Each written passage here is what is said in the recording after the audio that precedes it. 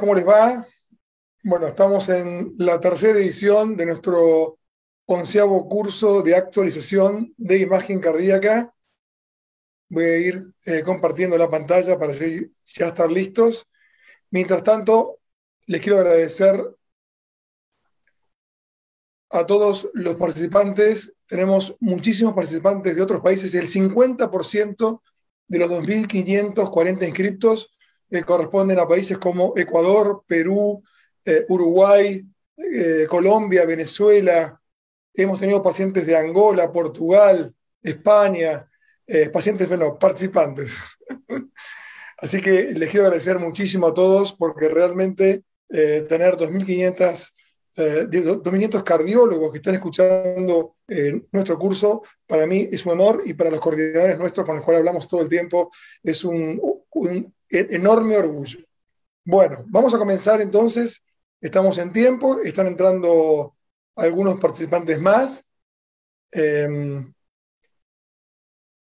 Y lo que vamos a hablar hoy, mientras espero que entren algunos cardiólogos más, es fundamentalmente de todos los puntos débiles que tiene la cuantificación de la insuficiencia mitral. Es una charla que no les voy a contar el libro, ni ningún artículo, ni hablar de ninguna cosa que ustedes hayan visto, salvo que hayan estado en los cursos nuestros. Lo que vamos a ver ahora es una visión diferente.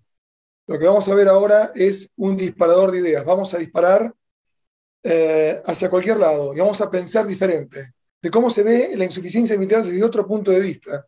Porque una vez que sepamos cuáles son los puntos débiles, vamos a poder minimizar los errores en la cuantificación del día a día del eco 2D. Bien. Comenzamos entonces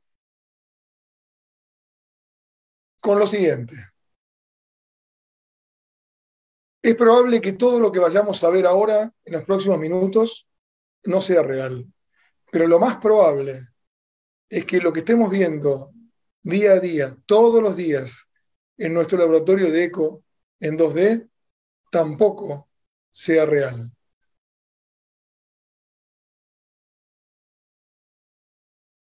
Una de las preguntas que nos hemos hecho en nuestras clases de filosofía y ecocardiografía, que tiene que ver, ustedes saben que no hay ciencia sin filosofía, y tiene que ver con la repregunta y con preguntarnos cosas. Y yo les preguntaría, me encantaría, pero no tenemos tiempo, ¿por qué tiene la forma que tiene la válvula mitral? Como para empezar a entender un poco lo que vamos a ver después.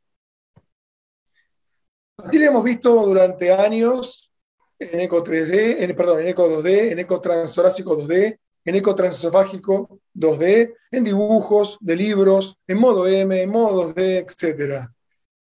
Pero así me gustaría que la empecemos a ver y a entender. Estos son preparados nuestros anatómicos, en el cual lo hemos hecho con corazón de cerdo, que se los recomiendo porque es muy parecido al corazón humano.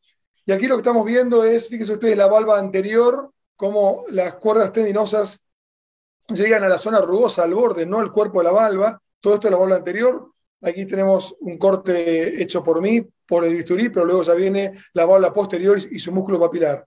Y de otro lado lo que tenemos es la vista desde la aurícula izquierda, para ver que la valva anterior mitral tiene forma de lengua, como vemos ahí, ustedes la conocen muy bien. La valva posterior tiene forma de C, acompaña todo el recorrido en su extensión. Y aquí tenemos cómo está inserta la valva anterior, y esto es lo que quiero mostrarles. Quiero mostrarles ahora que si yo hago un corte en eje corto en un preparado anatómico del ventrículo izquierdo a nivel de músculos papilares, yo puedo dividir hipotéticamente en dos hemisferios, uno anterior y otro posterior. En caso del hemisferio anterior, lo que estamos viendo es la salida, ¿sí? Lo que estamos viendo es la salida, y en el caso del hemisferio posterior, lo que vemos es el tracto de entrada. Pero fíjense cuánto más chico es el tracto de salida que toda la parte posterior, donde se ubica todo el aparato valvular mitral, que es el hemisferio posterior. Yo ahora voy a hacer silencio, les voy a contar antes de hacer silencio, que esta es una imagen de un eco transesofágico 3D desde el ventrículo izquierdo. No hay ninguna imagen, una técnica de imagen que nos muestre tan claro lo que ustedes van a ver ahora. para que lo piensen y lo vean. Hemisferio posterior más grande, todo el aparato mitral, hemisferio anterior más chico, el tracto de salida del ventrículo izquierdo. 10 segundos. Y miren la coordinación y lo que están viendo.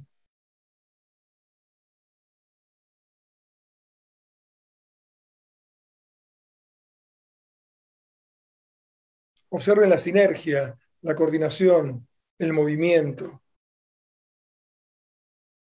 Claramente, en el momento que comienza la sístole y se contrae todo el ventrículo izquierdo, todas las fuerzas van hacia el tracto de entrada del ventrículo izquierdo, que es más chico.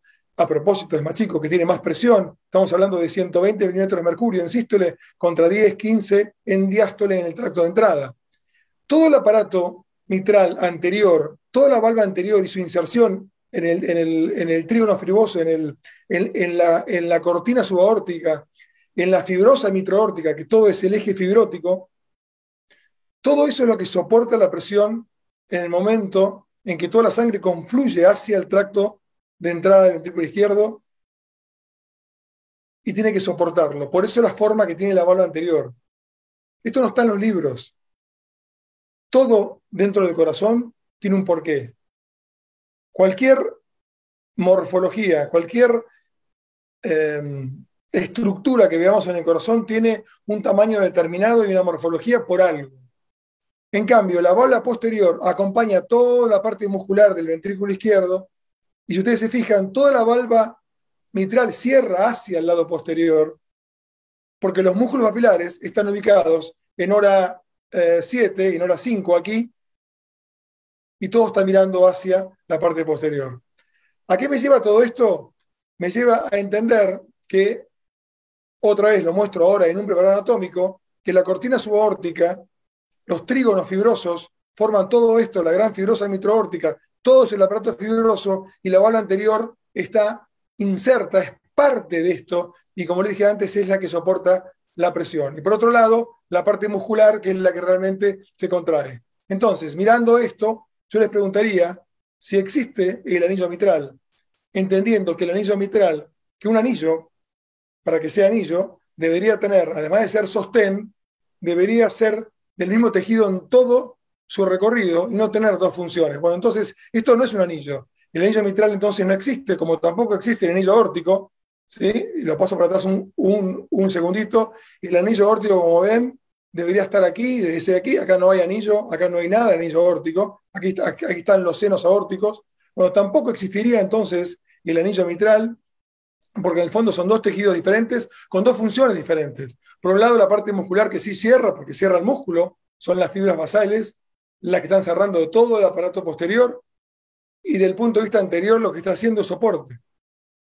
Entonces, no es un concepto de un anillo. Por lo tanto, el anillo mitral como entidad en sí misma no existe, y lo que sí existe es una transición aurículo-ventricular izquierda, como así existe la derecha, y también les puedo contar que es el mismo esquema del lado derecho, exactamente igual. Por supuesto que lo vamos a seguir llamando anillo, pero es un poco para entender un poco lo que viene y lo que vamos a mostrarles, y para hacer un disparador de ideas. ¿Qué dicen los grandes pensadores? Bueno, los grandes pensadores lo que nos dicen es que no usemos los ojos, la parte subjetiva, es cuánto es severa, leve, moderada, no. Nos dicen que cuantifiquemos. Todas las guías, tanto las americanas como las europeas, como las de CISIAC, como las de Latinoamérica, todas nos piden que cuantifiquemos y usemos los métodos que tenemos a mano en cuantificación. Y ahora sí nos metemos entonces en la cuantificación de la insuficiencia mitral. Hay cosas que las voy a obviar, no hay tiempo.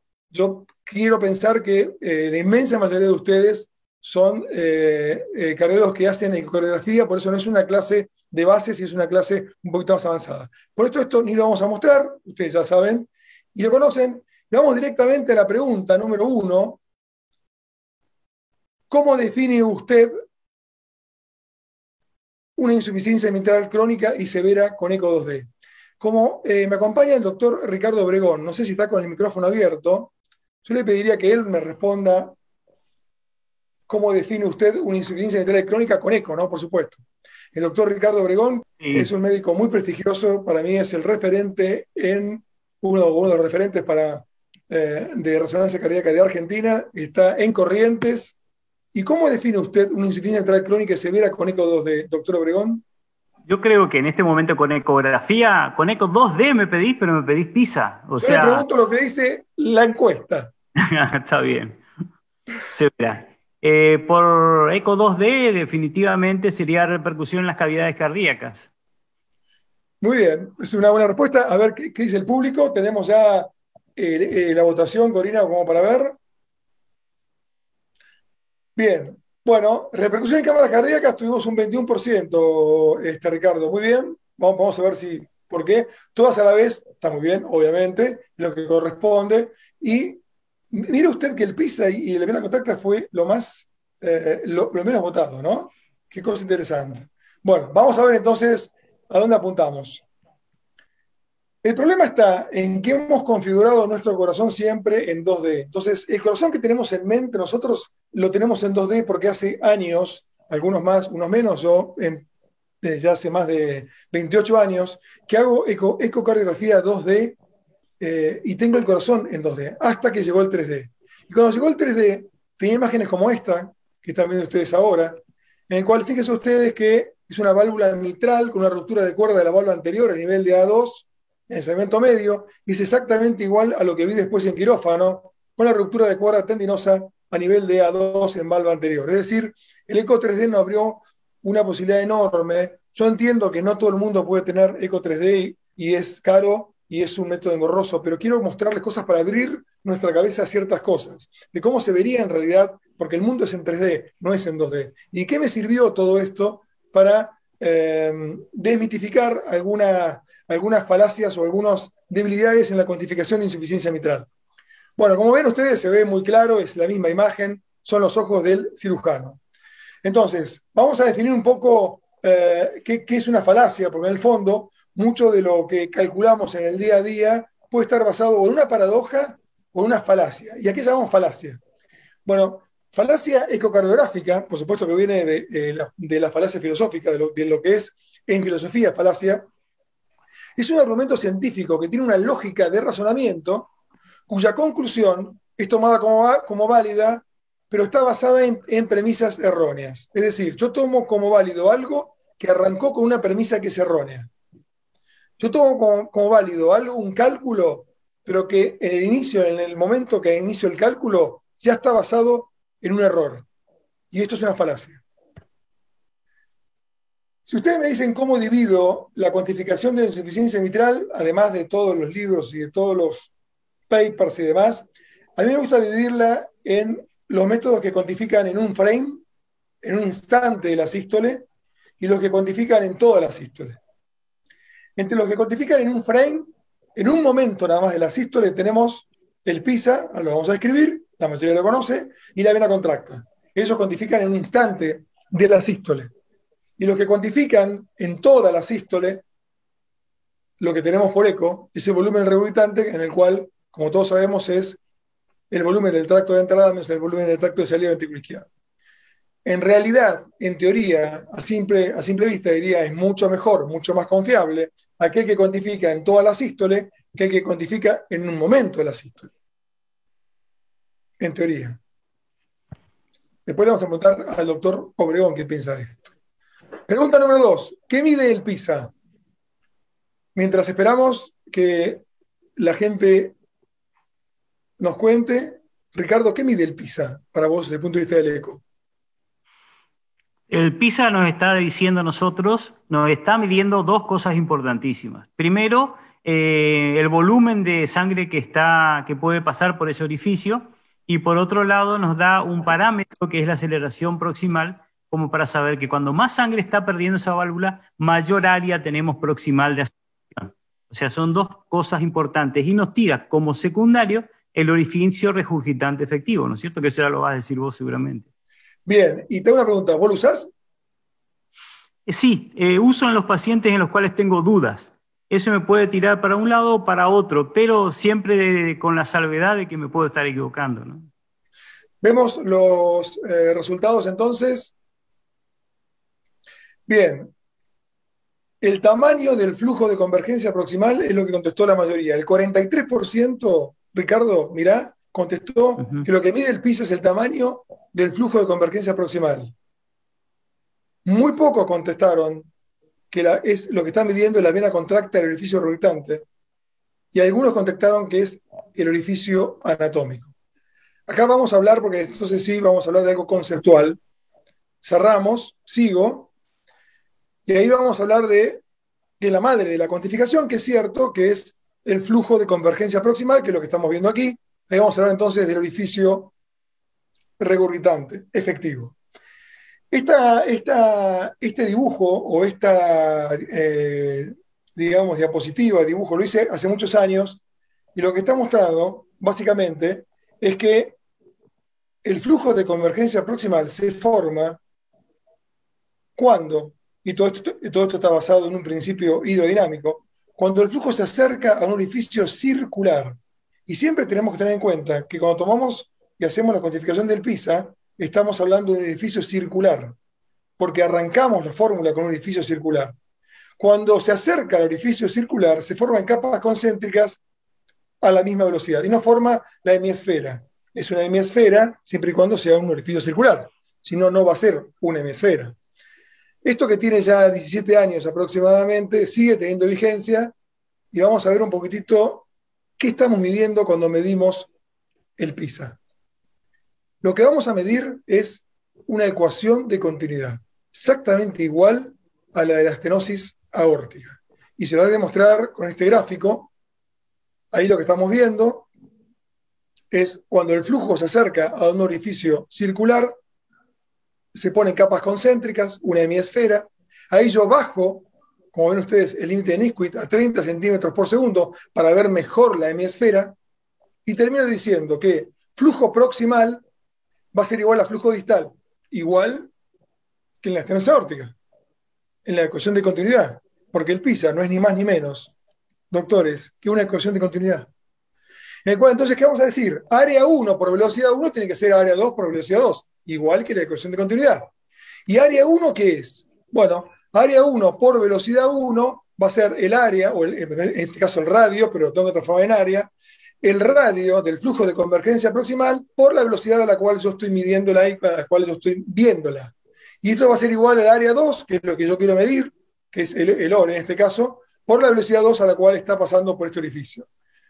Entonces vamos a hacer un despeje de áreas y vamos a decir que entonces el orificio regurgitante va a ser igual a el área del flujo de convergencia proximal por la velocidad a la cual yo lo estoy viendo sobre la velocidad distal. Esto es el PISA. O sea que área 2 es lo que yo despejé. Igual que la ecuación de continuidad. ¿Y qué mide la ecuación de continuidad de la válvula aórtica? Mide el área de la vena contracta de la estenosis aórtica. No mide el área anatómica. Está midiendo el área de la vena contracta de la estenosis aórtica, que siempre es un poco menos que el área anatómica, un poquito menos, y está un poquito después también. Tiene que ver con también una pérdida de energía y una recuperación de energía, como todo flujo que pasa por un orificio más pequeño. Pero no es, a pesar que hay pérdida de energía acá, no es el caso, porque no vamos a hablar de eso, pero sí vamos a hablar de, entonces, ¿a qué nos estamos refiriendo cuando hablamos de esto? Hablamos de área de la vena contracta. Área efectiva de la vena contracta, igual que la estenosis aórtica. No medimos área anatómica y asumimos, al igual que en la estenosis aórtica, asumimos que el orificio que estamos por medir es circular. O sea, arrancamos por una premisa complicada. Sigamos. Veamos un ejemplo. Supongamos que tengamos 1 centímetro de radio, saben que es radio al cuadrado, por 2 por pi, porque es una hemisfera. Vamos a hacer el cálculo con el dibujito. Tenemos 1 centímetro, vamos a decir, 1 centímetro, 1 por 1, 1, es radio al cuadrado, por 6.28, porque es 2 por pi, por 30 centímetros, que es lo que yo medido, como vi la velocidad a la cual vi la hemisfera, dividido 500, que es habitualmente 500, me da 0,38 en el límite superior de normal. Perfecto, muy bien. ¿Este es el flujo de convergencia proximal? Sí, pero el flujo de convergencia lo que me mide es el área de la vena contracta del orificio regurgitante. Y esto es área efectiva, igual que la estenosis aórtica. Estoy midiendo área efectiva. Bien. Bueno, ahora ya sé lo que estoy midiendo. Seguimos. Ahora me pregunto, porque según este modelo, según el PISA, arranca con 3 premisas. Y de ahí viene un poco, Ricardo, la serie Light to Me que vos viste conmigo. En cardiología tantas veces hemos hablado de cómo uno se puede, o cómo se puede mentir desde la imagen.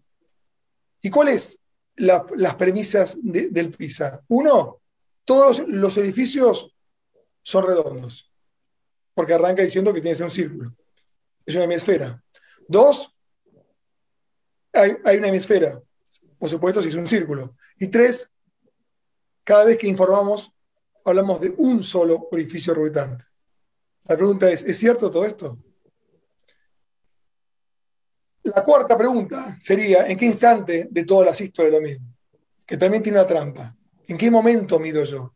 Cuando yo le expongo 0,4 centímetros cuadrados de ore a través del método PISA, ¿en qué momento de la sístole lo estoy diciendo?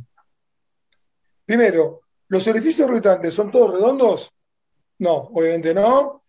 Lo hemos demostrado, lo hemos publicado. Todas estas son imágenes de eco 3D desde la aurícula izquierda. Todo lo que ven en negro, siempre por una cuestión de convención para los que no hacen eco 3D, les cuento que siempre la parte anterior está arriba y la parte posterior está abajo de la pantalla. O sea que acá estamos viendo valva anterior, valva anterior, valva anterior, valva anterior, y lo que está negro es lo que no cierra la válvula. Estamos viendo válvulas que no cierran, y los orificios, como ven, están muy lejos de ser circulares y sus formas son las que ustedes quieran, pero nunca un círculo. Miren ustedes cómo se ve, por ejemplo, otro paciente, en el cual aquí vemos el orificio regurgitante, y aquí vemos todo esto que estamos viendo aquí. Entonces sería, con Doppler color, debería ser la vena contracta, aunque con color hay que tener mucho cuidado porque el color siempre magnifica el orificio. Saco el color con un botón que podemos sacar con supresión de color, igual que lo hacemos con 2D, y veo el orificio anatómico. Si yo puedo medir por planimetría esto que lo puedo medir, ahí sí tengo el área anatómica del orificio regurgitante. Con PISA tengo el área efectiva del orificio regurgitante, que no es ni más ni menos que el área de la vena contracta. Bueno, aquí estamos viendo entonces cómo es el jet. Ustedes ven que la morfología es muy diferente a un círculo o una esfera. Por supuesto que si no es un círculo, obviamente no va a ser una hemisfera. Entonces, esto lo demostraron en un artículo hace muchos años, hace 10 años, con eco transtorácico 3D, donde vieron que no son hemisferas, que tienen estas morfologías. Nosotros fuimos un poquito más, ahí vemos uno de nuestros pacientes, ven que no es una hemisfera perfecta, pero fuimos un poquito más, hicimos cortes de flujos de convergencia proximal, y miren ustedes la morfología que tiene. Parece el signo de Batman, ¿no? Ricky, ¿no te parece parece como la señal de Batman? Claro. Entonces, se supone que este flujo de convergencia se va a achicar y va a ser el cuello, que es la vena contracta, por lo cual todo este flujo, colapsado, por así decir, los glóbulos rojos todos aprisionados, van a pasar por ese orificio más pequeño. Y bueno, pero la morfología previa, miren lo que es, no es una hemisfera. Entonces, el orificio regurgitante anatómico o el efectivo no es circular, no tiene una morfología determinada. El jet, entonces, si no es circular, no debería ser uniforme, no debería ser simétrico, no responde a ningún patrón, y lo más interesante es que ningún orificio es igual a otro. Yo les aseguro que en mi experiencia de ver patología mitral, no encontré nunca un orificio circular. Nunca encontré un orificio circular. Y miren cómo recorre, en este caso, toda la comisura del orificio regurgitante. La otra pregunta que me estaba haciendo es ¿en qué instante voy a medir el PISA? Bueno, la trampa mental que tenemos, Ricardo, es que medimos el PISA en el momento en que mejor lo vemos. Y el momento que mejor lo vemos es cuanto más insuficiencia tiene la válvula. Esto es una trampa, en el fondo, porque si yo tengo insuficiencia... ¿Cómo? Es una fotografía, en realidad, lo que estamos teniendo ahí. No es un proceso que está abarcando durante toda la sístole. Claro. Sacamos una foto y decimos y asumimos que eso es toda la sístole, pero no es así, ¿no? Claro, es más, si vos tenés una insuficiencia mitral severa en telesístole por un prolapso de válvula mitral, ¿es severa? es severa en telesístole. Me tengo que fijar lo que vos dijiste, la repercusión hemodinámica, que termina siendo clave en todo esto. Para demostrarles todo esto, lo que hicimos fue mirar el área de la vena contracta durante todo el ciclo cardíaco, que está dividido en frames, en un instante, como dijo recién Ricardo, fotos, fotos, fotos. Son 7 fotos, o un poquito menos quizás, generalmente son 7, 8 frames de toda la sístole, y en cada una de esas fotos miramos el área del orificio regurgitante. Y miren ustedes cómo se ve claramente que en protosístole es enorme, en proto, en los 2 frames de proto, en meso se achica y vuelve a agrandarse en tele. Y es un comportamiento bastante típico de la insuficiencia mitral funcional. Es decir, lo que vemos es que varía en todo el ciclo el orificio regurgitante, tiene que ver con un montón de cosas, pero varía el tamaño del orificio regurgitante. Entonces, ¿en qué momento lo mido? En el momento que más lo veo. ¿Cuándo es el momento que más lo veo? Cuanto más insuficiencia hay. Este es otro paciente, al revés, que miren ustedes, de la aurícula izquierda, un eco 3D, cómo se ve valva anterior y valva posterior cerradas, en protosístole, a medida que voy a mesosístole, comienza a abrirse y queda abierto, queda un poquito abierto, como ven ustedes ahí, y luego, antes de la diástole, vuelve a cerrarse. O sea que este paciente seguramente tiene su PISA en mesosístole y no en proto ni en tele. Es decir, cada paciente puede llegar a ser distinto en el momento que estamos midiendo, el instante y la foto en la cual estamos midiendo. Esto es muy importante porque a veces uno se cierra en decir, es severa, pero es severa en este momento, claro, pero no me acompaña la repercusión en cámaras cardíacas. Ojo, porque por otra parte, no hay ninguna insuficiencia mitral crónica que tenga una aurícula izquierda normal. Severa, por supuesto. La severidad de la insuficiencia mitral crónica se tiene que acompañar de un compromiso de la aurícula izquierda corregido por superficie corporal. Veamos este caso, un paciente que, como ven, tiene una válvula mitral enferma, elongada, parece un festón a nivel de la válvula anterior, un festón prolapsante, pero no es un prolapso típico, de hecho aquí no pasa el plano de la válvula mitral. ¿Sí? Ahora, fíjate Ricardo que el flujo, el jet es excéntrico, muy excéntrico, marcadamente excéntrico, y el orificio regurgitante lo vemos en este plano, más que en este. Yo lo mido y medí 0,3 centímetros cuadrados de Ore. Con lo cual, el informe de este caso, ¿cuál es? Moderado. Moderado. Pero ¿qué es lo que no estamos viendo? Y este es el problema de los jets excéntricos. ¿Qué es lo que no estamos viendo? Bueno, mirá cómo se ve el eco 3D transesofágico.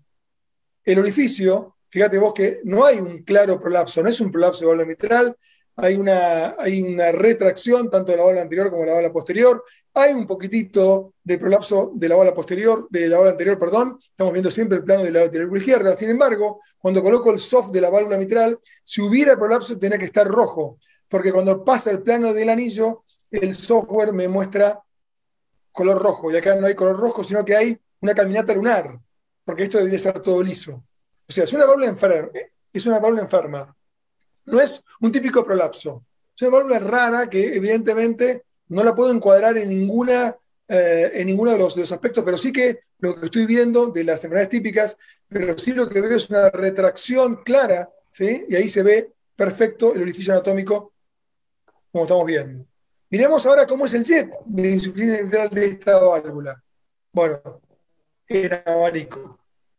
Toda la comisura pierde. Toda la comisura pierde. ¿Y qué dijimos? Que tenía 0,3 de PISA y un jet excéntrico. Claro, es como ver mi mano así y decir que es grande, o ver mi mano así y decir que es chica. Así la estoy viendo en el perfil. Lo que estábamos viendo es el perfil. Claro, el perfil, que es este que está acá. Pero el abanico no lo estábamos viendo, porque ocupa toda la comisura. En este caso, obviamente, como suele ocurrir en los jets excéntricos, estamos subestimando la cuantificación de la insuficiencia mitral y podemos hacer mucho lío con el método PISA. Ustedes están viendo de costado, mientras van viendo, se deben estar maravillando con las imágenes de la cirugía de este paciente, porque yo me sigo maravillando todavía. Y miren ustedes cómo se ve esta válvula que, si bien parece mixomatosa, está opaca, no tenía un prolapso claro, tenía un leve prolapso, pero estaba muy enferma. no coapta, y ahí está mostrando el cirujano las imágenes parecidas a la eco 3D y el agujero que deja en el medio, inclusive con la retracción de la pinza, ahí está el agujero que dejaba esta válvula mitral. Y aquí abajo ven todo el flujo de convergencia proximal. Miren ustedes si esto se parece a una hemisfera. Se parece a cualquier cosa menos una hemisfera. Y esto es la vista desde el ventrículo izquierdo. Corina, vamos a la pregunta número 3. ¿Cuántos orificios regurgitantes pueden contener una válvula insuficiente? No te lo pregunto a vos, Ricky, porque creo que has visto, y ya sé que me vas a responder.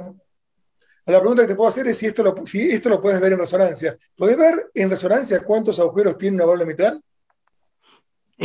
Con precisión no, pero se puede ver, se puede acercar el diagnóstico. Las turbulencias, nosotros podemos ver la válvula, así como la vemos acá, y podemos ver las turbulencias dónde están, pero no con la definición y maravilla que nos da el eco 3D, ¿no? El eco 3D y el transesofágico. Le recuerdo que Ricardo es un experto en resonancia cardíaca, con lo cual hemos tenido algunos contrapuntos desde el eco y la resonancia. Bien, veamos entonces qué es lo que respondió la gente. No lo brillante, brillante. No se puede saber con eco 2D. No podemos saber realmente, podemos suponer, pero no podemos saber realmente cuántos orificios tenemos. Y esto lo vamos a demostrar ahora. Vamos a preguntar en nuestra serie Light to Me si hay un solo orificio. Miren ustedes este caso, que es uno de los casos que yo muestro siempre, pero es muy típico. Es un caso muy fácil porque es una ruptura de cuerda tendinosa de válvula posterior. Ahí está la válvula posterior a nivel de P2, no hay dudas. Un jet excéntrico pasa por encima del plano de la válvula anterior. O sea, el jet va por encima de la válvula sana, como suele suceder en los prolapsos. Caso cerrado, no hay dudas. Perfecto. Miren cuando nos pusimos a investigar los jets de insuficiencia mitral con Doppler color 3D. ¿Y qué es lo que observamos? Un jet era el excéntrico y el otro jet era central. Y no era fácil de ver ni con 2D, ni con transesofágico 2D, ni con transtorácico 2D. ¿Y por qué era esto? Porque tiene una cuerda rota a nivel de valva posterior, como ven ustedes ahí se ve perfectamente bien, y tiene una incisura ahí, una grieta entre P2 y P3, muy típico de las mixomatosis.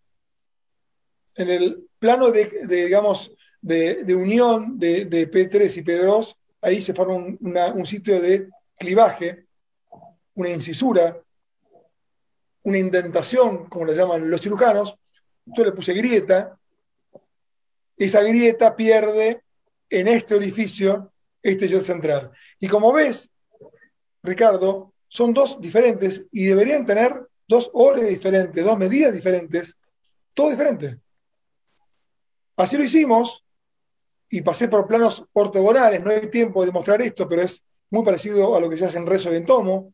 Coloco planos ortogonales, me alineo el flujo y mido un flujo que es el excéntrico y otro que es el central, y tengo dos orificios regurgitantes que inclusive los puedo sumar, que cuando le pregunté a Robert Lang si le parecía bien que lo sume, me dijo no lo sumes, pero por lo menos informalos, porque esto es un hallazgo muy típico y único del eco transesofágico 3D color. Así que nos puede pasar esto. Y les muestro otro caso para que vean cómo nos puede pasar. Este sí es un típico prolapso, es un Barlow. Miren cómo sobra la válvula mitral por donde miren, la posterior, la anterior, eje corto, eje largo, 4 cámaras. En fin, es una chica de 29 años, oligosintomática, dudosamente sintomática, que, como ven, tiene este jet de insuficiencia mitral en un ventrículo ligeramente esférico, con un diámetro diastólico en el límite superior de lo normal. Entonces, la pregunta que nos hacen, ella se quiere embarazar y nos preguntan, a ver, ¿qué cuantificación? Venía con cuantificación moderada de varios centros, ¿sí? Y como ven ustedes, es más en telesístole o más en mesotele que en protosístole. Ahí se ve el Barlow en eco 3D, siempre estamos mirando desde la aurícula izquierda, arriba anterior, abajo posterior. Estas son todas imágenes en vivo del eco 3D. La idea no es hablar de bondades del eco 3D, la idea es hablar de ¿Qué nos dispara en los hallazgos del eco 3D para aplicar después al eco 2D? Y ahí, Chino, ahí ¿Seguimos? en este caso es muy Sí, importante la repercusión en la aurícula izquierda, porque estas sí, imágenes que uno ve por ahí como insuficiencia mitral es moderada o severa, porque son telesistólicas, la repercusión de la aurícula izquierda es muy pequeña. Fíjense que ahí la aurícula izquierda nos llama la atención. Por lo tanto, ya nos está sí, diciendo que por más que veamos mucho, la aurícula no es tan sí, grande. pero ojo, Ricky, ojo que si vos la corregís por superficie corporal, y ahí la vemos grande, nos daba severa y fíjate cómo está la aurícula izquierda. O sea, a ojo te parece que no, pero nos dio una Ujú. aurícula izquierda dilatada. No severamente dilatada, es cierto, pero sí viste que estaba por superficie, siendo mujer, estaba dilatada. ¿Seguimos? ¿Por qué te digo esto? Porque mirá qué es lo que vimos en el eco 3D. Si vos te fijas, cada uno de estos orificios anatómicos corresponden a cada una de estos flujos de convergencia y de estas venas contractas. Como en el fondo, la vena contracta es la sangre que toma la silueta del contorno del orificio anatómico. Entonces, cada uno de estos orificios, miren ustedes, este orificio corresponde a este orificio corresponde a este flujo anatómico, a este orificio anatómico, y este flujo de convergencia corresponde a este más chiquito. Y así se ve en el perfil, por eso lo veíamos muy leve, y así lo vemos cuando lo ampliamos del plano que no estamos mirando, es decir, el plano ortogonal al que estamos viendo en el eco 2D, y cómo se ve entonces con casi 4 flujos de convergencia proximal, 4 orificios independientes, que lo estamos viendo en movimiento. Esta paciente se dudó qué hacer, el cirujano dijo, puede ser que sea una válvula plasticable, se puede hacer una plástica, no es fácil, no es para cualquier cirujano, la paciente se quería embarazar, la anticoagulación iba a ser un problema, con lo cual había que estar muy seguros que se pudiera hacer una plástica mitral. Y aquí se ve un poco la válvula mitral como se vio en cirugía, miren ustedes la válvula anterior, la válvula posterior, ahora sí vemos una típica válvula Barlow. Ahí la estamos viendo desde el ventrículo izquierdo, ahí desde la aurícula izquierda, se ve claramente cómo no solo que se ven los orificios anatómicos en los cierres, en el espacio intercomisural, digamos, en el cierre de la válvula posterior y la válvula anterior, sino se ve cómo pasa por encima del plano del anillo mitral. Y ahí están viendo ustedes que el cirujano está comprobando que no haya ninguna cuerda tendinosa rota. Ahí va a tirar un poquito de las cuerdas, ahí lo van a ver. Y fíjense ustedes que parece chicle. Esta es una válvula mixomatosa, esta es una enfermedad de Barlow.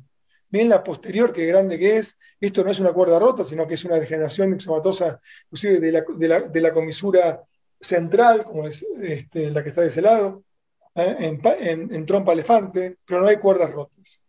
La paciente fue a una cirugía, se hizo reparación, y cuando sale, como sobraba tanto, ¿qué pasó? Lo que suele suceder cuando se hace una plástica mitral, que se le colocó, inclusive se le colocó cuerdas de Gore-Tex, neocuerdas de Gore-Tex, lo que pasó fue que hay una obstrucción en el tracto de salida, porque todo lo que está sobrando se va hacia el tracto de salida del ventrículo izquierdo, por esta fuerza que hace todo el ventrículo hacia el hemisferio anterior, como le mostré antes, toda la fuerza, todas van hacia la parte anterior del ventrículo izquierdo, por eso es más chico el tracto de salida, aumenta la presión. Si fuera grande el tracto de salida, imagínense que no podría tomar tanta presión como que toma 120 milímetros de mercurio. Entonces ahí lo que vemos es ese sobrante, ese arrastrado hacia, no es efecto Venturi, ese arrastrado hacia el tracto de salida y genera obstrucción.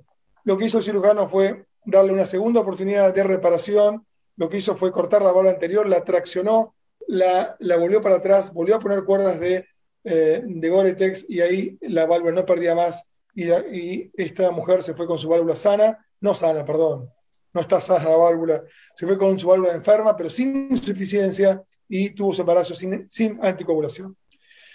Entonces, ustedes me dicen, bueno, pero esto es muy sofisticado, la realidad que yo esto como lo aplico en el 2D. Bueno, miren ustedes esto. Ningún libro, ninguna guía nos dice que hay que mirar el eje corto con insuficiencia mitral. Pero miren ustedes qué pasa si yo estoy mirando el eje corto y en vez de mirarlo en vivo, lo pongo en cámara lenta, frame por frame, lo friso y lo pongo frame por frame. Y ahí friso y van a ver que lo que estoy mirando, esto es 1, esto es 2 y esto es 3. Acá debería estar la comisura central, acá está la comisura lateral, Y lo que estoy mirando entonces son flujos de convergencia proximal, los mismos que estoy mirando acá, y si me doy cuenta, esto corresponde a esto, este del medio corresponde a esto, y el más chiquito corresponde a esto. ¿Y cómo lo hice? Con eje corto. Con eje corto, yo puedo mirar, según dónde está el flujo de convergencia proximal, de qué lado está, según para qué lado va el jet, de qué lado está en A1, A2, P2, P3. ¿Se requiere entrenamiento? Sí. Lo que se requiere es mirar. Cuando tengan una insuficiencia mitral, entonces, miran el eje corto, pero no a la velocidad que está el corazón, a la frecuencia cardíaca que tiene el corazón, sino frisen toda una imagen y pasen frame por frame. Frame por frame lo pueden hacer con el trackball y van a ver cosas como esta. Y se van a sorprender de ver dónde se ubica el flujo y van a ver más de un flujo cuando realmente, por supuesto que esto lo hacemos con buena ventana, en expiración y buscando la mejor ventana que podemos en el que corto, por supuesto. Estos son otros pacientes que tienen también doble flujo de convergencia proximal y en este caso no los podemos dividir, sino que están sinergiados uno y otro y forman una gran insuficiencia mitral. Y esto también se debe a que en este caso hay doble ruptura de cuerda, dos cuerdas acá, más una segunda ruptura de cuerda a nivel de la comisura lateral en A1. Entonces todo esto genera más de un jet de insuficiencia, sí, pero están sinergiados. Es tan grande el orificio que los dos flujos de convergencia convergen, valga la redundancia, en una gran insuficiencia mitral. Este es otro paciente con antecedentes de tratamiento oncológico, es una insuficiencia mitral funcional. Hay una retracción de la valva posterior clarísima, la ven ustedes en P2. Esto siempre lo vemos desde la aurícula izquierda, siempre arriba anterior, siempre abajo posterior. Ahí se ve el orificio anatómico, todo lo negro, como ustedes ven ahí. Y vemos que con color hay pequeños orificios regurgitantes como jet que contribuyen al jet central como jet colaterales. ¿Ven? Chiquititos. Esto, por supuesto, que con los nuevos ecos y las próximas generaciones seguramente se va a ver mucho más fácil y vamos a ver estos jets que alimentan el jet central y son pequeños flujos de convergencia proximal. Hicimos un trabajo en el cual en 27 pacientes que fueron a una insuficiencia mitral severa sola, no tenían otra patología que insuficiencia mitral severa crónica y que fueron a una probable plástica mitral, vimos que el 40% de estos pacientes tenían flujo de convergencia doble o triple con eco 3D. Con esto quiere decir que los pacientes con insuficiencia mitral crónica, ya sea funcional o estructural, pero sobre todo la estructural, pueden tener un doble, triple o 4 flujos de convergencia proximal y esto no es fácil de ver en 2D. Por eso, cuando la repercusión hemodinámica nos da para una insuficiencia mitral severa, habría que buscar de otra manera, quizás con otros métodos o con eje corto, o seguir buscando para entender que podemos estar subestimando la cuantificación de la insuficiencia mitral severa. Bueno, ¿cómo estamos, Ricardo? Perfecto. Una maravilla. Eso vos no lo ves en Rezo, ¿no? Ponemos la votación, mientras tanto, de la pregunta número 4. ¿Qué grado de confiabilidad le atribuye a la vena contracta? ¿Qué grado le atribuís vos, Ricky, a la vena contracta? Yo realmente la vena contracta como vena contracta nada más no la mido. No sé si es por una falta de costumbre o una falta de confianza, pero yo pondría como un punto más dentro de la evaluación de lo que estoy viendo en la insuficiencia mitral. Ante las dudas, por ahí le doy un poco más de importancia. Si yo veo que tengo una vena contracta muy chiquitita que casi no se ve, ya digo que es una insuficiencia mitral leve, pero si tiene una moderada y no me va a tirar para un lado o para otro, me parece. Bien. Después te voy a contar qué haces con los pacientes que tenés dudas. Vamos a la votación, por favor. Veamos. Fíjate qué bien, Ricky. No me define, pero lo tomo en cuenta con restricciones. Fantástico. Bien, yo hago lo mismo. No me define, pero lo tomo en cuenta con restricciones. ¿Y por qué no me define? Vamos a ver por qué. Algo parecido a lo que pasa con el PISA y con el flujo de convergencia proximal. La vena contracta es el cuello que viene después del flujo de convergencia cuando el flujo tiene que pasar por la silueta anatómica del flujo del orificio anatómico. Es como decirle, si tenemos el marco de la puerta, el marco sería todo el orificio anatómico, y cuando yo quiero pasar por ahí con muchas personas, y queremos pasar todos por la puerta, porque hay una emergencia, por ejemplo, y pasamos todos juntos, nos achicamos con un glóbulo rojo que se aplasta, y por eso se llama vena contracta. Nos contraemos lo más que podamos y pasamos por la silueta anatómica, y esa es la silueta de la vena contracta. Bueno, eso es la vena contracta. Pero la vena contracta, para que sea confiable, debería ser circular, porque el orificio debería ser circular. Ahora, si el orificio es amorfo, no tiene forma, y no sabemos qué morfología tiene, entonces es muy probable que nos dé cualquier cosa. Vamos a ver por qué.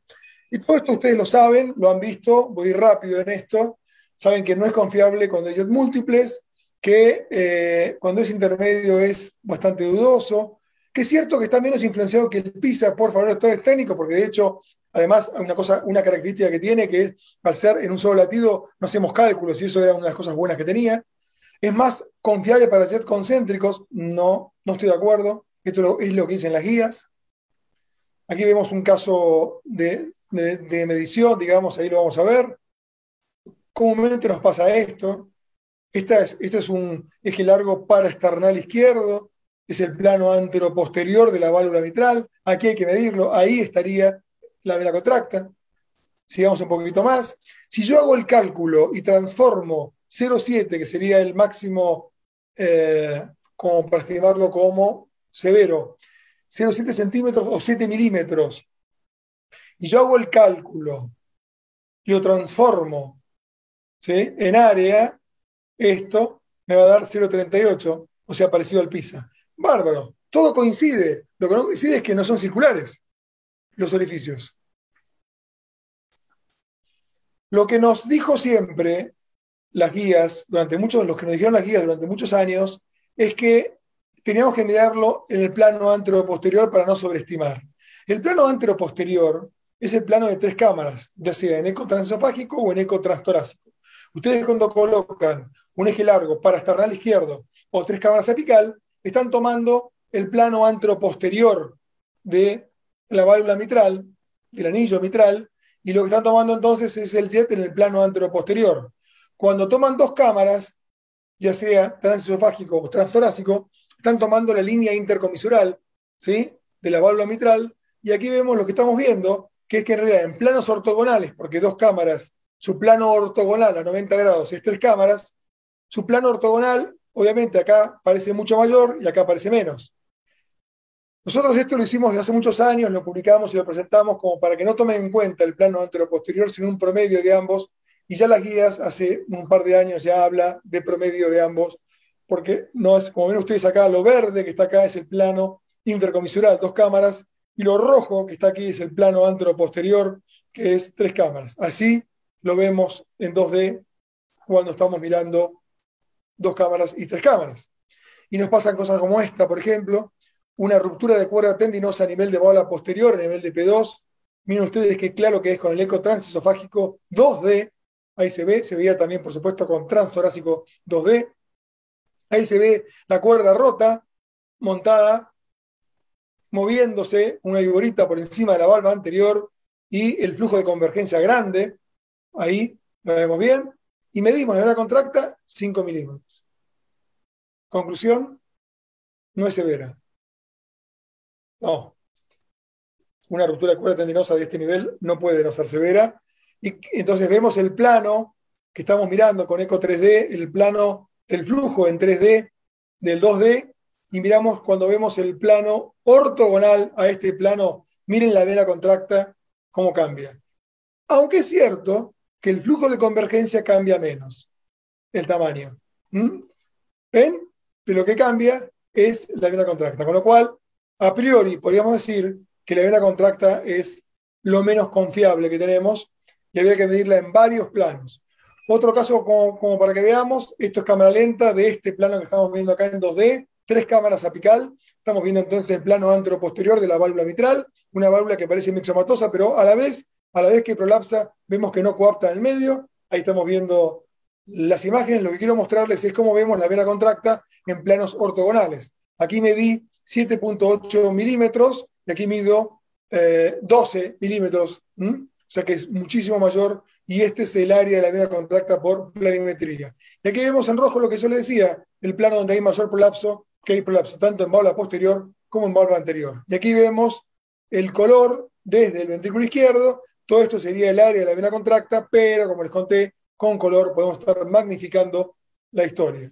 Otro paciente en planos ortogonales, mucho más notorio, 0,45 en el plano, en el eje menor, y 1,5 centímetros en el eje mayor. Ya la diferencia es 3 veces más.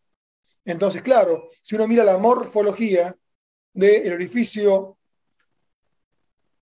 de la insuficiencia mitral, se da cuenta que obviamente si corto acá, corto acá, corto acá, siempre va a ser 0,45, 0,5, pero si corto así, puede llegar a ser 1,5 o 1 o 0,9. No hay manera en eco 2D que yo me dé cuenta dónde estoy cortando porque no sé cómo es el orificio. No sé cómo es la morfología. Hicimos un trabajo que lo publicamos del índice de esfericidad para demostrar esto. Uno sería circular, por supuesto que nos dio que no es circular, nos dio 2,08 y estamos demostrando que no es circular. Entonces, tanto la vena contracta como el método de convergencia, de flujo de convergencia proximal para medir el ORE, que miden en un solo frame, ambos tienen dos errores que terminan siendo una paradoja. Y yo pregunto, Ricky, si la paradoja de un doble error corrige el error. ¿Por qué?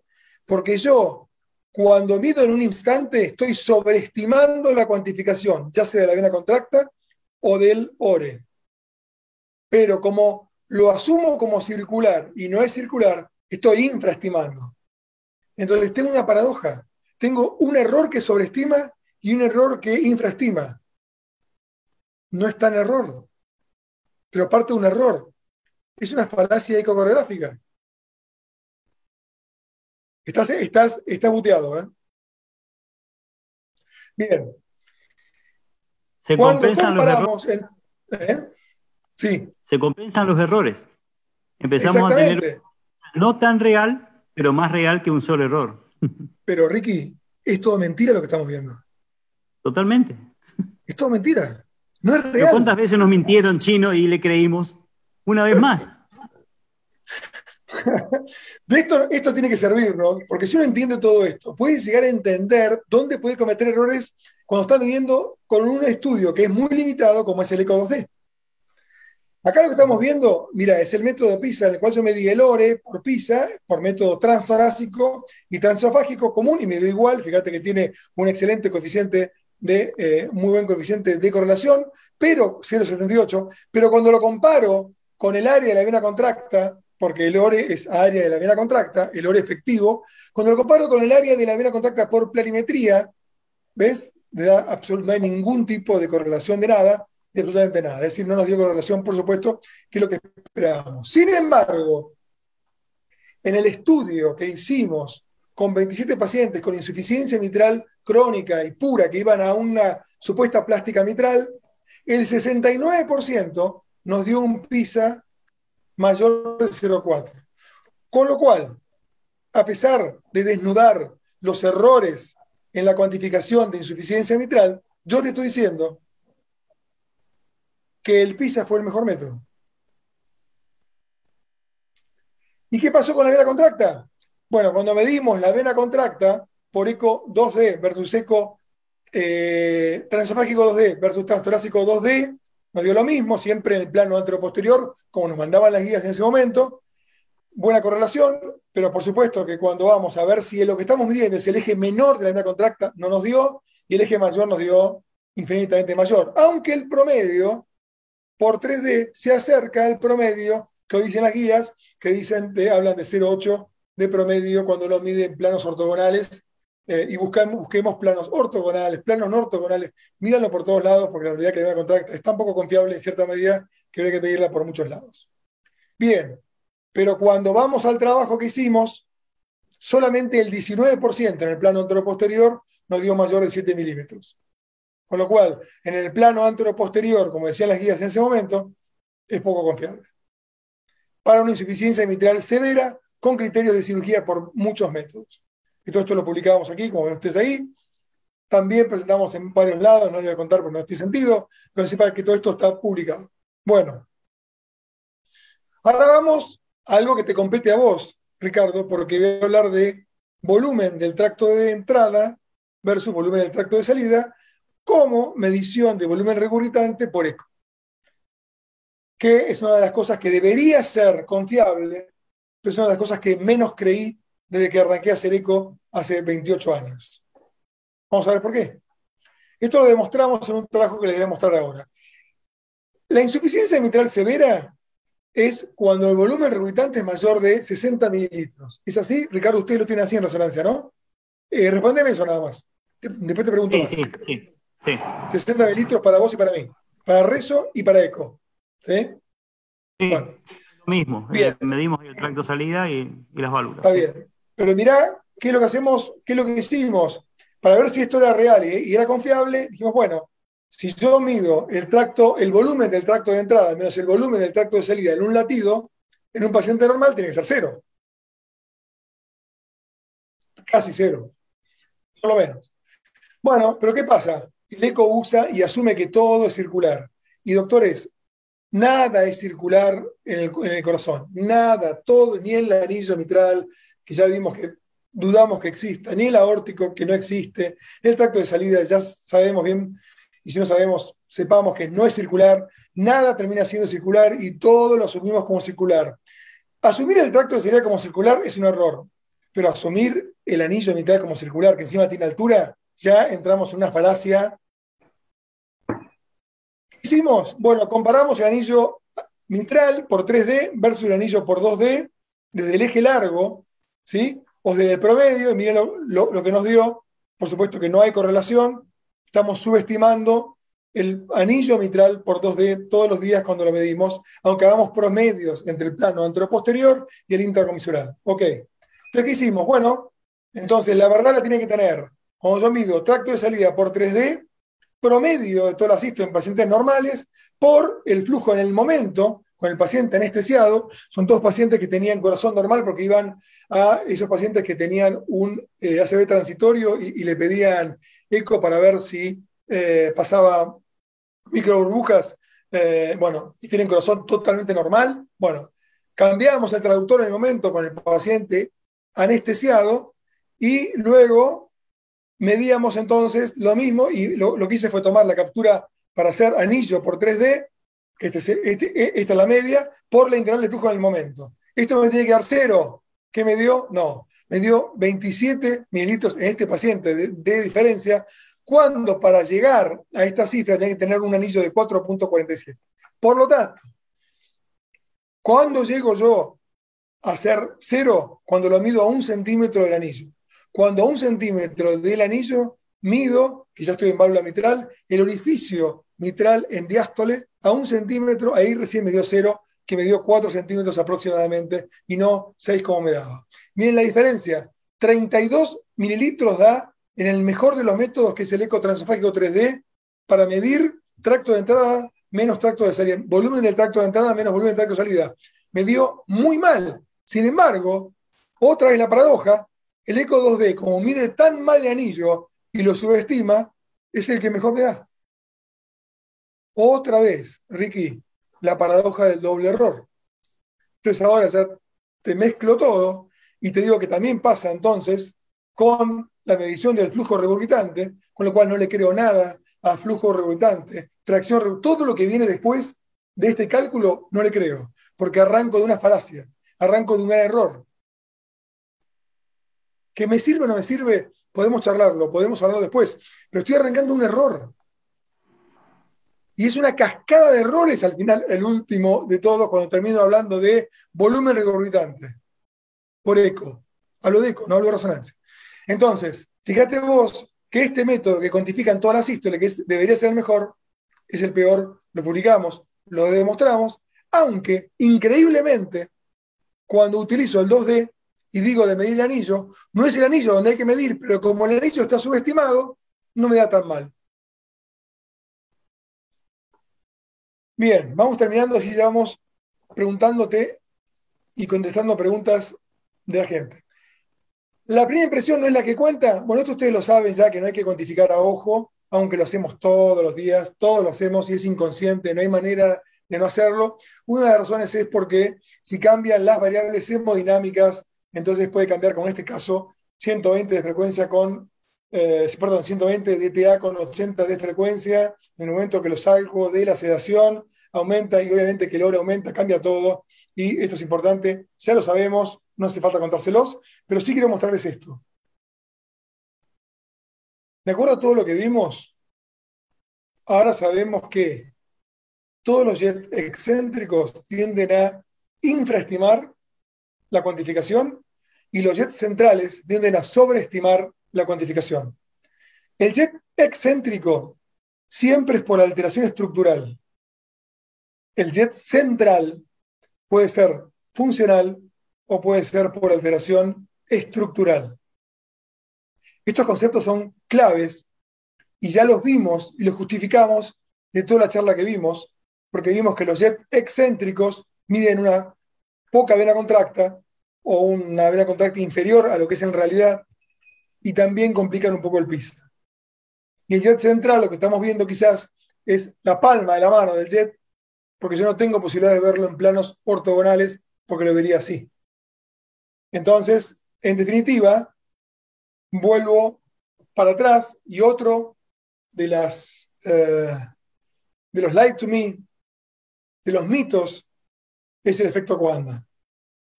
Ricardo, te voy a preguntar por 14ª vez desde que te conozco hace 20 años. ¿Existe el efecto Coanda? Estás muteado. Estás muteado. Ricky, abrí tu micrófono.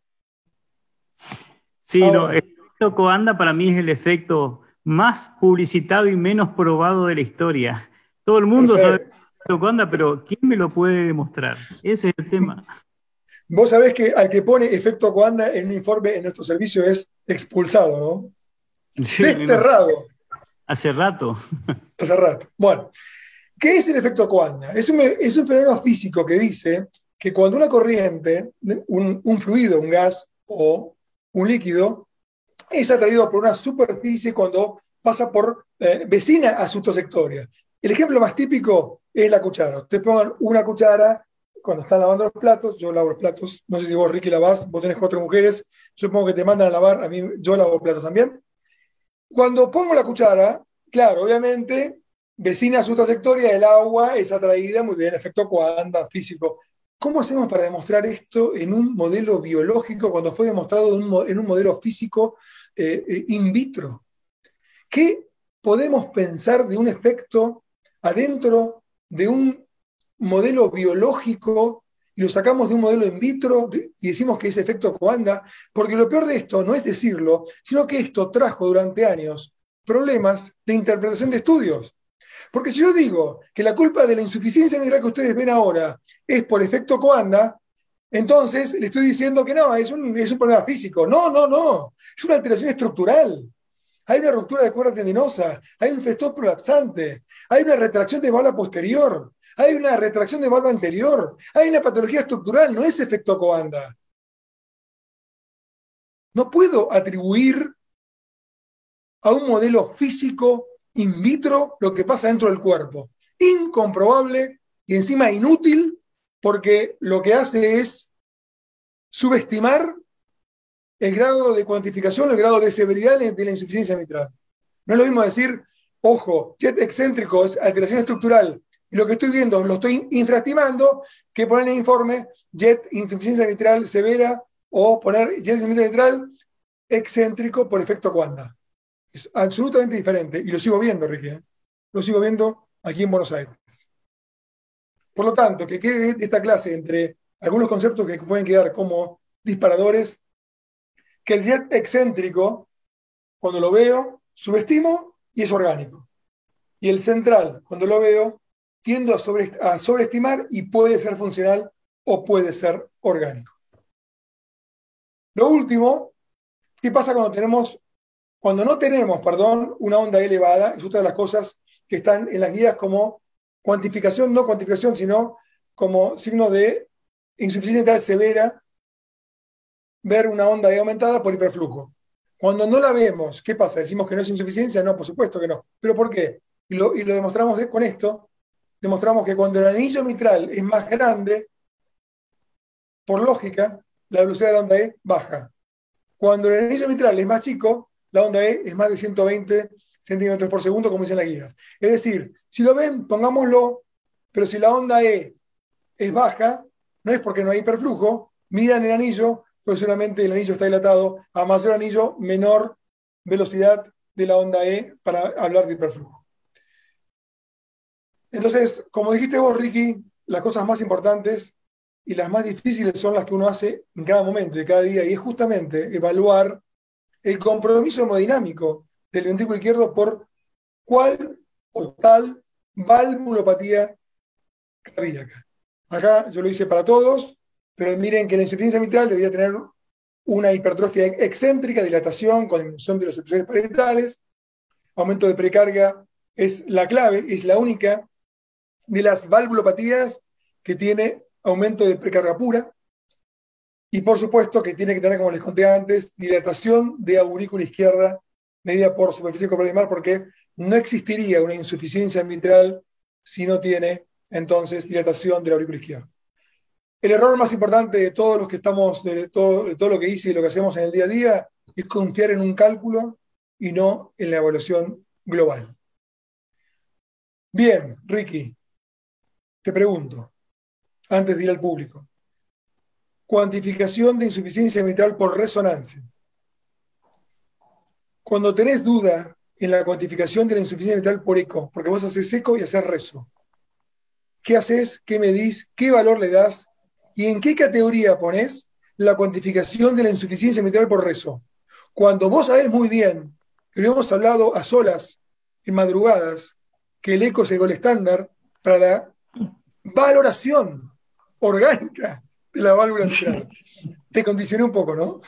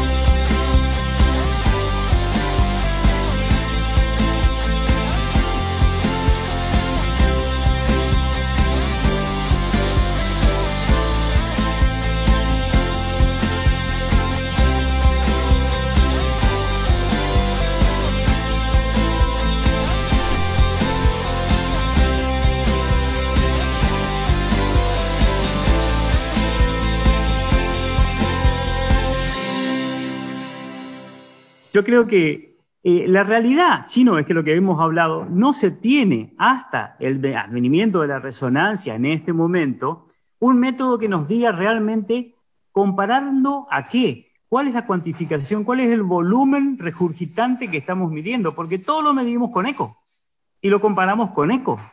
O sea, ¿qué volumen regurgitante tenemos? Y le hacemos el orificio regurgitante efectivo y sacamos el volumen regurgitante por el medio del PISA.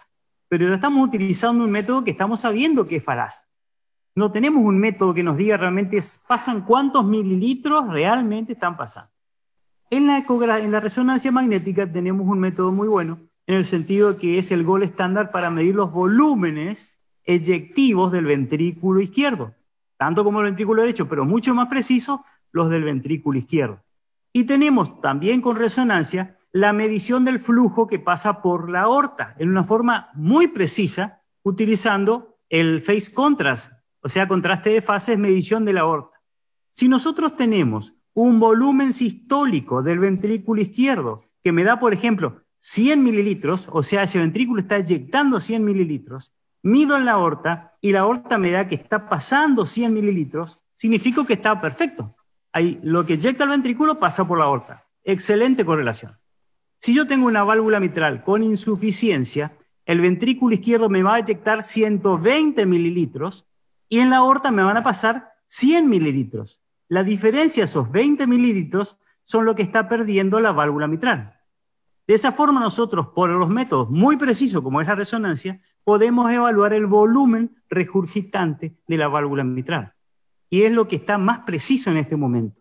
O sea, si yo tengo dudas en este momento, por todo lo que me estás diciendo, que hemos visto que la ecografía tiene un área contracta pequeña, pero el volumen parece que el jet me llega más hacia atrás, la aurícula está dilatada, el ventrículo no está tan bueno, pero parece que pierde mucho la válvula, y yo le haría una resonancia y compararía el flujo que está eyectando ese ventrículo y el flujo que está pasando por la aorta. De esa forma voy a tener el volumen eyectivo, el volumen regurgitante y voy a tener la fracción de regurgitación de la insuficiencia mitral. En este momento yo lo utilizaría de esa forma, Chino, y están cambiando muchas cosas desde que se está utilizando esta metodología. Y vos, por eco 2D, ¿hace cuánto que no medís el volumen regurgitante? Y hace mucho, porque tengo otros parámetros. Generalmente, si vos me decís, viene un paciente, lo acuesto, le empiezo a mirar, lo primero que le miro es la aurícula. La aurícula es una telita que se dilata muy rápido ante cualquier cambio de presión o de volumen. Si yo veo que una aurícula está, además hay clasificaciones, tenemos aurícula de tamaño normal, aurícula de tamaño levemente aumentada, moderadamente dilatada o grandes dilataciones de la aurícula. Si yo tengo una insuficiencia mitral crónica y yo creo que es moderada severa, la aurícula no puede ser pequeña, no puede tener una distancia pequeña. Entonces ya de entrada estoy mirando la aurícula. Si la aurícula me da como para pensar que puede tener una insuficiencia un poco más de moderada, ahí empiezo a mirar todo lo otro. Y es la sumatoria de todo, Chino. Si yo tengo duda, le hago un transesofágico, ¿no? Pero si a su vez estoy viendo dos cosas que miro rápidamente. La vena contracta visual, que yo miro cuando el Y pierde y veo que apenas se aparece una vena contracta y lo miro en otro eje y veo que apenas está chiquitita una vena contracta, que apenas la veo, esa insuficiencia mitral no puede ser severa, por más que el jet sea largo. Entonces es unos primeros que yo miro eso. Si por otro lado miro que tengo una aceleración antes de la insuficiencia, que aparece ya de entrada, veo el flujo de convergencia proximal y veo un jet y lo veo siempre en 2 cámaras, en 4 cámaras, en 3 cámaras, y tengo que pensar que por lo menos es moderada. Y después lo que le estoy echando mucho la atención es en qué momento ocurre la insuficiencia mitral. Si yo veo que la válvula se va cerrando y no pierde, y al final me da un gran jet excéntrico, yo sé que es telesistólica. Le pongo el Doppler continuo y veo que es telesistólica. Por más que a mí me aparezca un montón de color, no le di tiempo o no tengo tiempo para que esa insuficiencia mitral sea severa. Será severa en un punto distal de la sístole, pero no va a ser severa hemodinámicamente. Entonces ahí voy a empezar a interpretar por qué los ventrículos no están dilatados con insuficiencia mitral severa. Esa es más o menos mi interpretación de la que hago habitualmente. Pero fíjate que no he cuantificado prácticamente nada, ¿no? Perfecto. Y te hago una pregunta más todavía. Entonces, el mejor método para evaluar la válvula mitral, estamos hablando de casos que van a cirugía, casos puntuales, no estamos hablando de los casos habituales, pero supongamos que tenemos que definir un paciente a cirugía, inclusive pacientes que van a cirugía de bypass y tienen insuficiencia mitral funcional, severa, moderada, un día moderada, un día severa. Bueno, cuando hay que realmente definir la fusión entre el eco y la resonancia, sería ideal. Totalmente. Y si vos ves que empezás a tener coincidencia entre el volumen regurgitante medido por la ecocardiografía y con los parámetros, múltiples parámetros que tengamos, creyéndole a que es falacia, que no es falacia, con la doble, como decís vos, doble mentira y todo eso, y si coincide con lo que vemos en la resonancia, Créele, es así más o menos. Pero el Doble volumen mentira. le Está muy bien, cambia la está muy bien. Doble resonancia. mentira. Es la paradoja del doble error, ¿no? No es doble Es mentira. la paradoja del doble error. Está muy bien, está muy bien. Claro, está bien. Bueno, vamos a ir viendo entonces las preguntas. Tenemos a nuestros coordinadores que están ahí. Mauro Renfijo, la doctora Ana Lía Gamarra, que me acompañan en esta aventura, el doctor Martín Fernández, están leyendo preguntas y nos van a hacer preguntas. Eh, ¿Tienen alguna pregunta? Si no, yo sigo Martín, preguntándole a Ricky. Martín. mira, Sí. ¿cómo andás? Mira, acá hacen un comentario que me parece que es muy acertado, donde dicen que la resonancia magnética puede medir el volumen regurgitante, ¿no? Pero quizás, pregunta, ¿puede valorar la anatomía de la No, válvula mitral como lo hace el 3D? no, por eso decimos que la fusión entre ambos métodos sería ideal. Tal cual. ¿Por qué? Eh, Porque, perdón, Lía, ¿por qué? Porque como sí, recién sí, dijo Ricky, y yo lo dije en la charla, como los mejores métodos de cuantificación por eco son en un instante de la sístole, y el mejor método sería en toda la sístole, y vimos que es el menos confiable de todos, entonces, ante la duda, yo tengo que ir a un método que me cuantifique toda la sístole. Y ahí me cuantifica toda la sístole tal mejor, cual. hoy es la resonancia. Sí. Tal cual, porque Martín, tenías vos. muchas veces la estructura y las alteraciones morfológicas de la válvula mitral son las que definen la conducta, ¿no? Entonces, por eso está bueno tener los dos métodos y uno elige el método de acuerdo a lo que está pensando, si solo va a valorar quizás el volumen o cuando uno quiere ver más la morfología, va directamente al 3D. Miren, Alía, le voy a responder de otra manera. No me quiero morir sin tener un resonador solo para corazón. En el futuro seguramente va a ser así. Y que esos estudios sean dirigidos por eco. Entonces, yo voy a hacer el eco, después hago una resonancia corta. Ricky, no me pongas gadolinio, para esto no me interesa. Medime volúmenes nada más y hago una resonancia corta con un eco e informo ambas cosas. Espero no morirme y tener ese resonador en el futuro.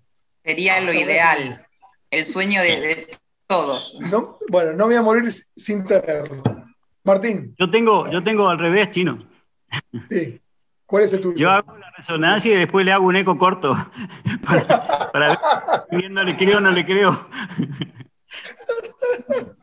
Está bueno eso. Bien. Martín. La combinación perfecta. Sí, Martín, acá justo el doctor Raúl Caire pregunta, ¿qué valor le dan al hecho que del jet de insuficiencia penetre en una vena pulmonar? Mire, Raúl, vos sabés que esa no la puse, pero es una de las preguntas que hago inclusive cuando doy la charla esta es, ¿cuál es la razón? Vamos a preguntarle a Ricky porque Raúl es muy amigo del doctor Obregón. ¿Cuál es la razón por la cual vos tenés flujo reverso en la vena pulmonar? Te hago dos preguntas, Ricky. ¿Es por cambio de presión en la aurícula izquierda o porque el jet le pega a la vena pulmonar? Para las dos cosas, por los dos motivos. Algunos le pegan el jet mucho más directo que otras formas. Es difícil ver un flujo reverso por jet, pero se han publicado inclusive edemas pulmonares unilaterales por jet de insuficiencia mitral severa que entran en la arteria, en la vena pulmonar, y han causado edemas pulmonares unilaterales. Existe, ese fenómeno existe, pero la presión es lo que a mí está generalmente causando la inversión de flujo. Porque la aurícula generalmente, ahí pasa un momento que es durante la apertura de la válvula mitral, en el cual es un flujo continuo, es una sola cavidad la aurícula con el ventrículo. Pero para el flujo en ese momento se llena en diástole y en mesodiástole, el flujo pulmonar estamos hablando, y eso hace que provoque el llenado sin ninguna restricción. Pero yo tengo una insuficiencia mitral importante, sobrecargo esa aurícula, la vuelvo más redonda, mucho más turgente, y la presión es prácticamente continua dentro de la aurícula izquierda, lo que provoca que durante la sístole se invierta el flujo, porque la jet aumenta mayor la presión de una aurícula que ya está sobrecargada, dilatada, y provoca la inversión del flujo en las venas pulmonares. La presión es para mí lo que está cambiando el flujo en ese. Yo cuando encuentro este flujo reverso ya me oriento hacia la severidad, por supuesto que son dos venas, lo que dicen las guías, pero ya me voy orientando hacia la severidad. Qué lujo tener preguntas del doctor Caire, ¿no? es una maravilla. Tenerlo a Raúl con nosotros es una maravilla. El próximo año espero tenerlo como docente del curso este. Bien. Mauro, ¿preguntas tenés vos? Hola Martín, ¿cómo está? Ahí tengo una pregunta. Dice, ¿qué correlación tiene la medición del área por planimetría en 3D? La correlación del área del orificio regurgitante, supongo yo, ¿no? Pues seguramente estamos hablando de insuficiencia mitral.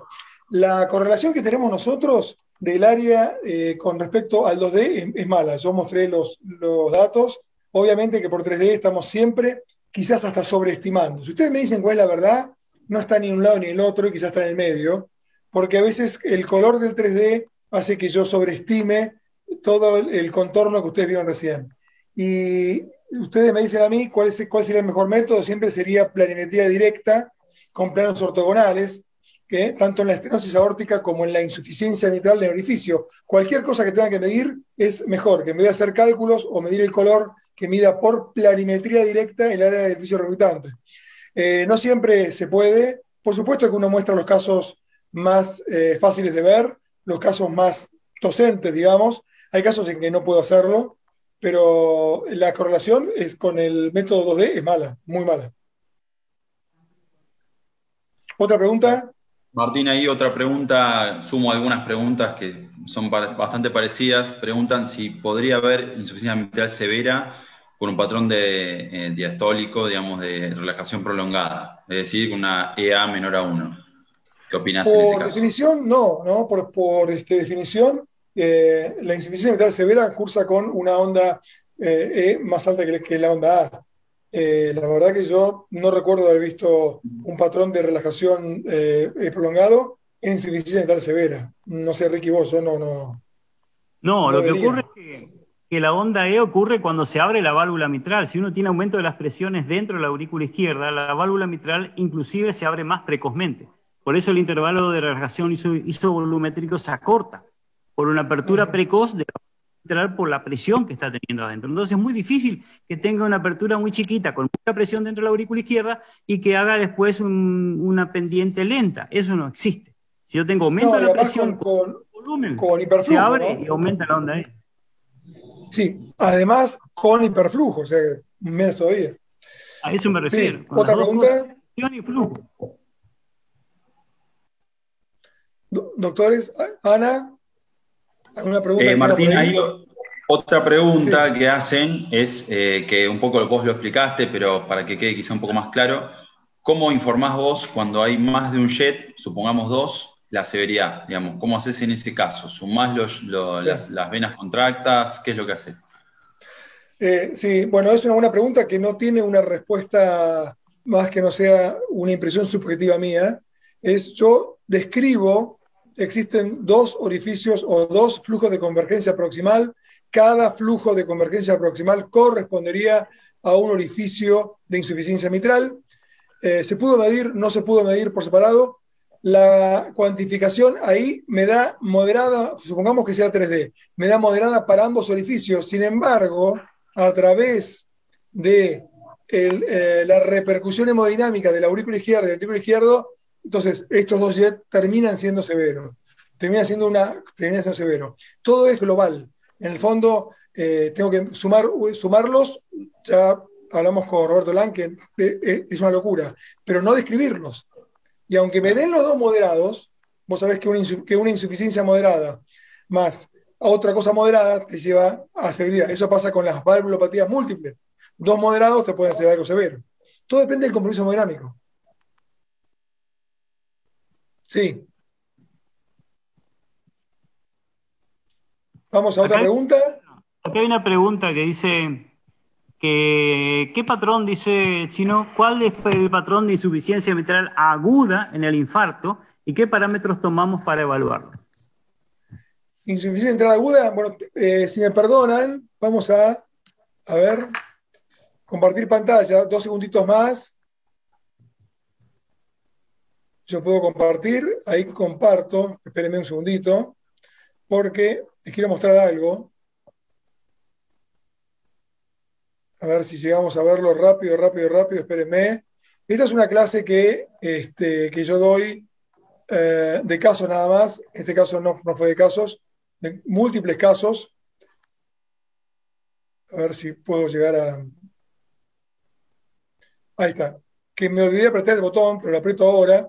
Y como ven aquí hay múltiples casos, y entre ellos hay uno de los que me pregunta la doctora. A ver, lo voy a mostrar. Esto, eco de urgencia. En ambos casos son dos rupturas de músculo papilar. Estamos hablando de una insuficiencia mitral aguda posinfarto. Miren ustedes cómo se ve, y van a ver los dos casos muy parecidos. Vemos la aurícula izquierda, que es normal prácticamente, una imagen que puede ser compatible con una vegetación si el paciente tiene fiebre, ¿sí? Lo que importa acá es el cuadro clínico, que estamos cursando un infarto, ventrículo chico, no se adapta, los dos están en shock cardiogénico. Este tiene ruptura de cuerda, de cabeza del músculo papilar, se ve inclusive el músculo papilar descabezado. En ambos casos son muy parecidos, pacientes relativamente jóvenes que hacían vida normal, tienen un infarto con ruptura de músculo papilar y hacen esto.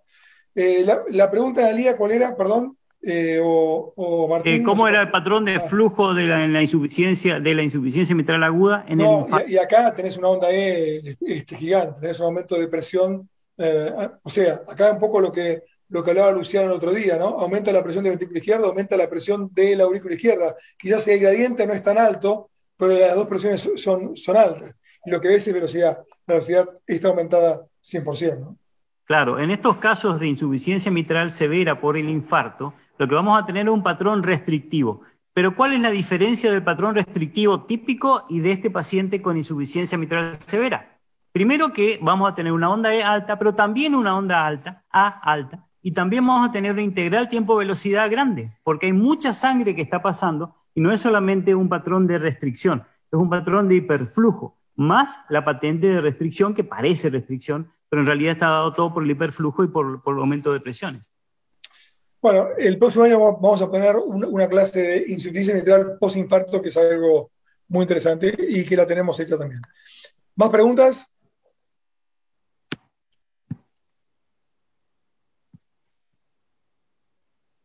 Mauro. Mira, Martín, acá preguntan, si solo cuento con un transductor transtorácico 3D, no ETE, ¿me aporta en la evaluación del JET o solo para evaluar la morfología valvular? Lamentablemente, en la experiencia personal y siendo uno de los primeros que usó un eco transtorácico 3D en Argentina, el año 2005 empezamos, nunca tuve, salvo esporádicos casos puntuales que los mostré alguna vez, nunca me sirvió para cuantificar, nunca me sirvió mucho el eco 3D, salvo un cleft mitral,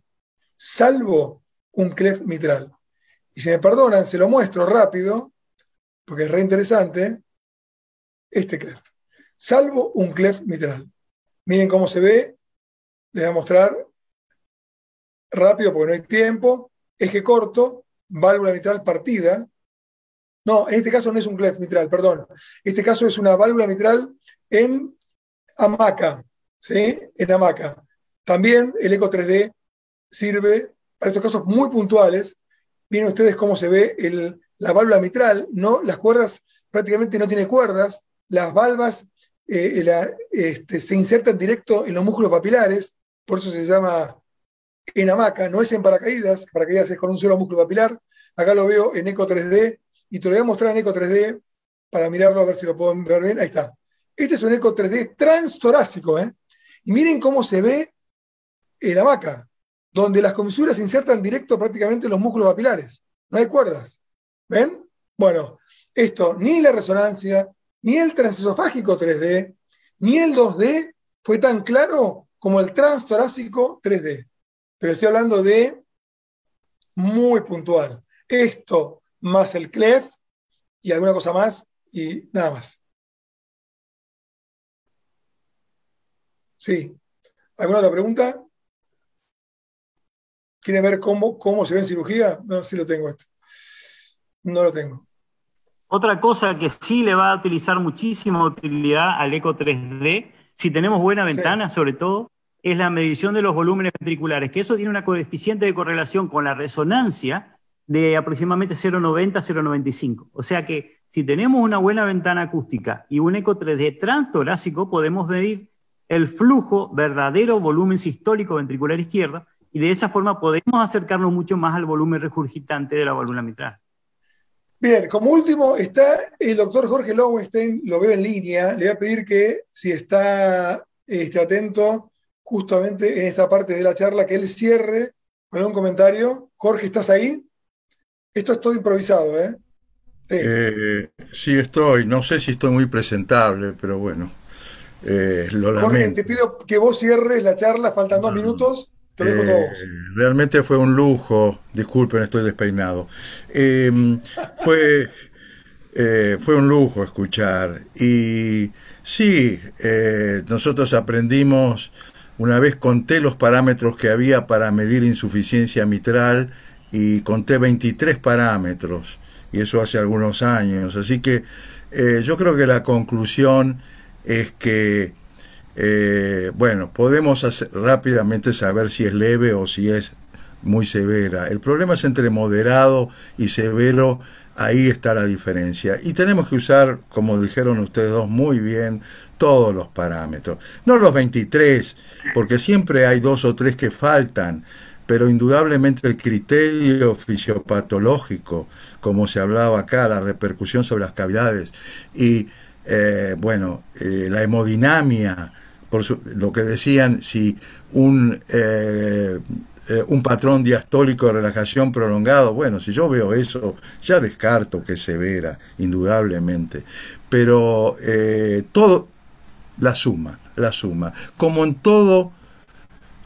toda la ecocardiografía, cuando medimos ventrículo derecho, cuando medimos función diastólica, cuando medimos suficiencia mitral, ojalá hubiera un parámetro que sea definitivo. En general es la suma de herramientas y fundamentalmente el criterio fisiopatológico, ¿no es cierto? Por eso somos cardiólogos y nos ayudamos mucho en esto. Ha sido fantástico tu revisión, yo ya había escuchado la charla y bueno, sigo aprendiendo en cada una de tus exposiciones. Así que no puedo decir mucho más de lo que se dijo porque fue completísima. Gracias. Gracias, Jorge. Gracias, Ricardo Obregón, desde Corrientes. Gracias, Mauro. Gracias, Ana. Gracias, Martín. Gracias a todos los que estuvieron detrás. Lamentablemente, ojalá volvamos a los cursos presenciales. Les mando un abrazo a todos los médicos de Argentina y de Latinoamérica. Nos vemos el próximo miércoles. El horario, recuerden que puede variar en julio porque salimos después del curso en julio, que no se lo pierdan, de la Sociedad Interamericana de CICIAC, de imagen cardíaca, el curso de cardiodeportología, que no tiene desperdicio, por eso salimos después de ellos, nos enganchamos después de ellos, y eso va a ser en los miércoles de julio. Así que recuerden que los miércoles de julio, sí. Acordate, Martín, que es a partir de la semana que viene, para que ya todos los que están presentes sepan que a partir de la semana que viene empezamos media hora más tarde.